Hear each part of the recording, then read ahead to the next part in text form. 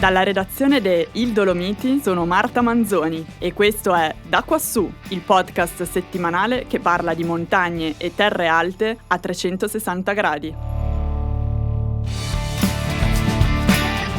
Bentornati a Da Quassù, un podcast nato per offrire diverse prospettive sulla montagna, dando voce a chi la vive, la studia e la ama. L'ospite di oggi è Cristina Guarda, consigliera regionale in Veneto per Europa Verde, imprenditrice agricola trentenne, attivista per il dialogo interculturale, impegnata nella salvaguardia della biodiversità animale e vegetale. Con lei parleremo delle Olimpiadi di Milano Cortina 2026 e dei punti più critici legati alla loro sostenibilità. Cristina, hai ottenuto delle comunicazioni che il Comitato Olimpico Internazionale ha inviato alla Regione Veneto. Cosa riferivano? Queste lettere sono molto importanti perché il CIO afferma e scrive al presidente Zaia: come abbiamo più volte accennato, la nostra ferma raccomandazione è di non intraprendere alcun lavoro sullo sliding center ai fini di Milano Cortina 2026 e questo si basa su un'esperienza mondiale costruita con le due federazioni internazionali interessate, quella di bob e skeleton e quella dello slittino. Continuiamo a sostenere che il costo-opportunità per un contributo di fondi pubblici così importante non è favorevole e rischia realmente di pesare sulle future generazioni. Domenica 24 settembre hai manifestato a Cortina d'Ampezzo per dire no alla pista da bob. Da dove è nata l'esigenza di questa iniziativa e com'è andata la mobilitazione? La manifestazione è andata davvero molto bene. Ci sono state davvero tantissime persone che hanno partecipato, ovviamente da Cortina, dal Bellunese e da tutto il Veneto, ma anche dalle province autonome di Trento e di Bolzano. E è nata questa iniziativa davvero con una condivisione in amicizia, fatta assieme a tanti cittadini attivi e associazioni che si erano mobilitate fino a questo momento insieme e nate dal desiderio di lanciare un'ultima chiamata, cioè l'ultima possibilità di poter dire la nostra prima che le istituzioni decidessero al posto dei cittadini e al posto delle persone, delle associazioni che si occupano del territorio di Cortina e della montagna veneta. E quindi ci siamo incontrati in realtà per condividere qualche incontro di informazione sul territorio, ci siamo guardati e abbiamo detto il tempo è buono e le informazioni sono talmente importanti da condividere con la cittadinanza che è giunto il momento di richiamare la popolazione a riunirsi a Cortina e manifestare per dire che quei 120 milioni vogliamo che vengano spesi per qualcos'altro.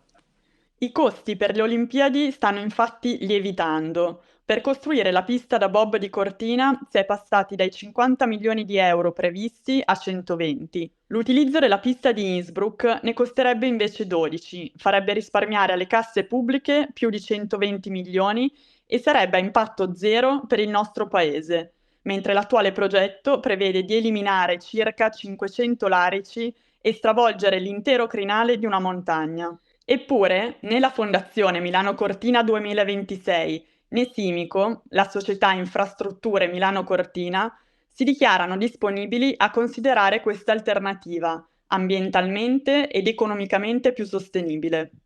Quali sono gli interessi in ballo e quali sono i rischi per l'ambiente e non solo? Mentre il CIO ci chiede di valutare e di utilizzare impianti già esistenti, non capiamo quali siano gli interessi che impediscano all'Italia di pensare ad un'Olimpiade che non sia soltanto interregionale, ma veda una collaborazione internazionale, magari creando connessioni sportive, ma anche politiche con l'Austria.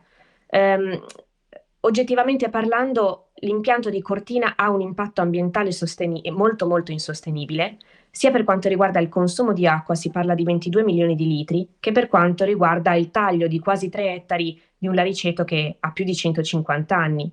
E questo aspetto a noi interessa da un punto di vista ambientale e si affianca per quanto riguarda il rischio da un punto di vista economico a danno del comune di Cortina che non sa come andrà a sostenere le spese future, le perdite di gestione future.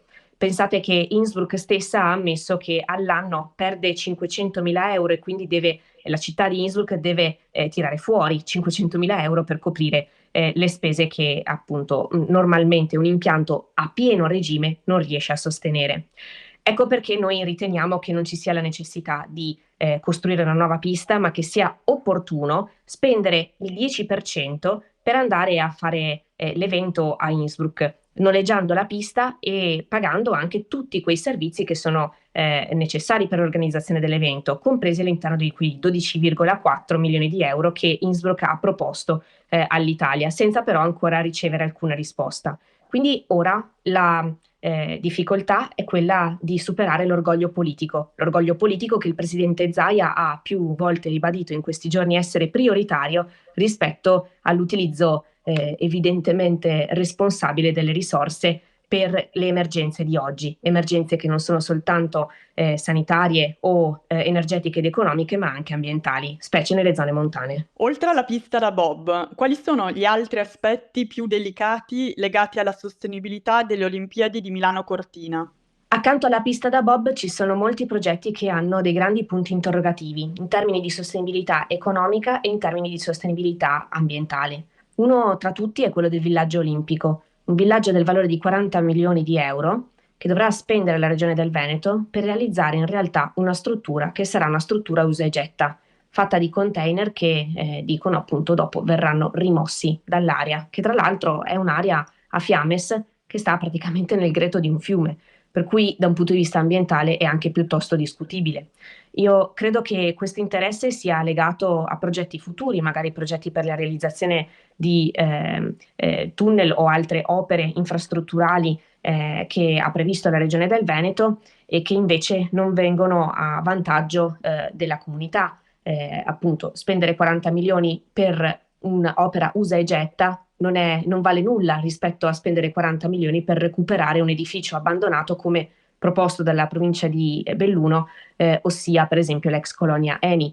E noi abbiamo proposto quindi di valutare insieme ai cittadini di recuperare aree inutilizzate esistenti nel bellunese intorno a Cortina. La risposta è stata un no su tutti i fronti e questo è un grande peccato.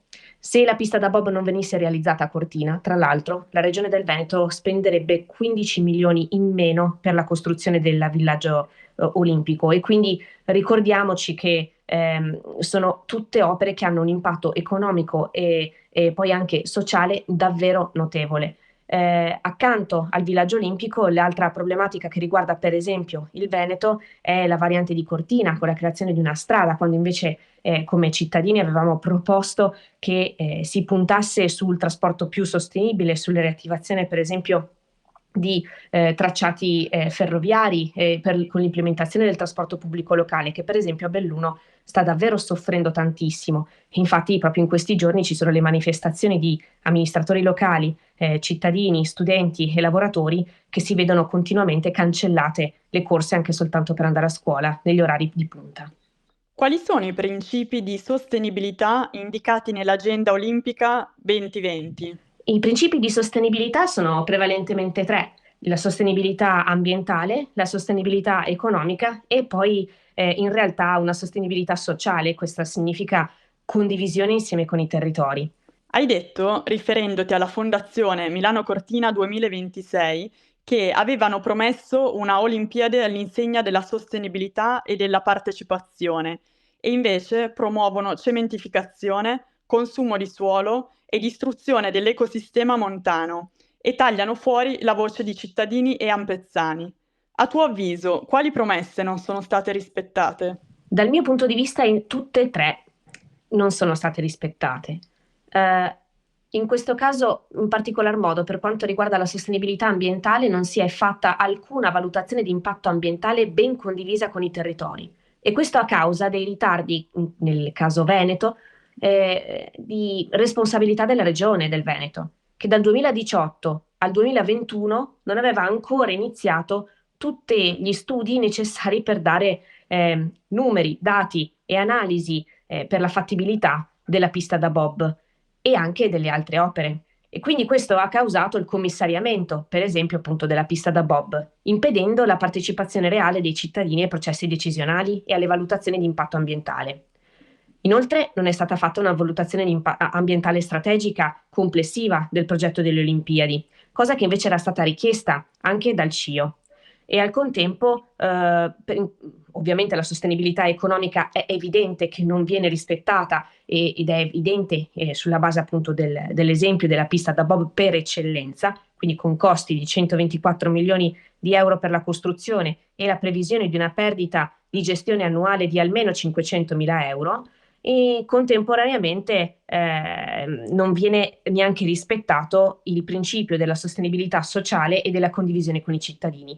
Questo perché in realtà se si va a Cortina e si parla con qualsiasi cortinese, nessuno è stato contattato e nessuno è stato informato adeguatamente fin dal 2018 della possibilità di fare le Olimpiadi, di quali sport realizzare a Cortina e quindi per cui investire a Cortina e con quali principi andare a realizzare. I Giochi di Milano Cortina 2026 sono stati dichiarati come i più sostenibili di sempre, ma ogni grande evento, come le Olimpiadi, comporta grandi opere, con un notevole impatto.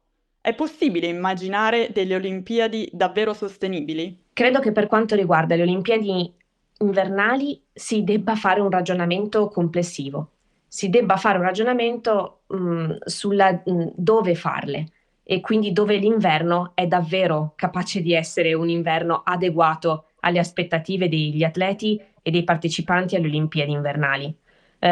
L'Italia sta trascorrendo un periodo molto duro per quanto riguarda gli effetti del collasso climatico e quindi l'aumento delle temperature e la variabilità da un punto di vista meteorologico, con il contrapporsi di momenti molto siccitosi con momenti invece molto piovosi e nevosi.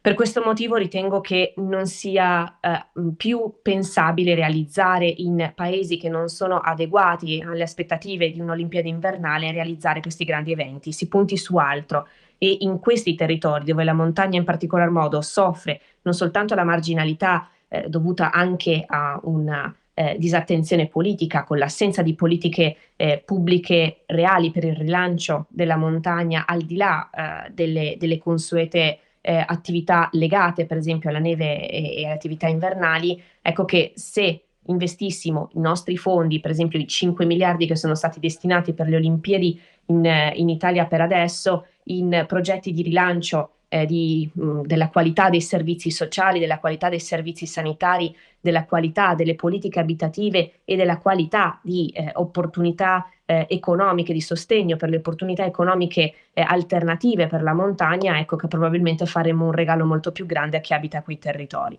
Alcune persone ritengono che le Olimpiadi siano un evento anacronistico, non compatibile con uno stile di vita rispettoso del pianeta. Tu come la vedi?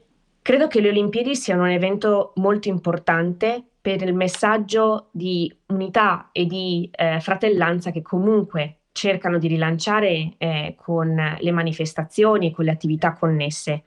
Anche con l'esempio di molti atleti che molti atleti ci hanno dato in questi anni. Ci sono però alcuni sport su cui bisogna fare una profonda riflessione ed è il motivo per cui il CIO viene interpellato da associazioni cittadini non soltanto per le Olimpiadi invernali ma anche per quelle svolte normalmente, in particolar modo in riferimento al rispetto dell'ambiente, agli impianti, al riutilizzo degli impianti esistenti e non la costruzione di nuovi impianti e anche per quanto riguarda la tutela animali. Grazie mille, Cristina. Grazie a voi. Dalla redazione del Dolomiti per oggi è tutto. Ringrazio le ascoltatrici e gli ascoltatori che ci hanno seguiti e Climb Radio per il supporto tecnico. Seguiteci sui canali social e sul dolomiti.it per riascoltare le altre puntate. L'appuntamento con Da Quassù è per la prossima settimana. Viva la montagna!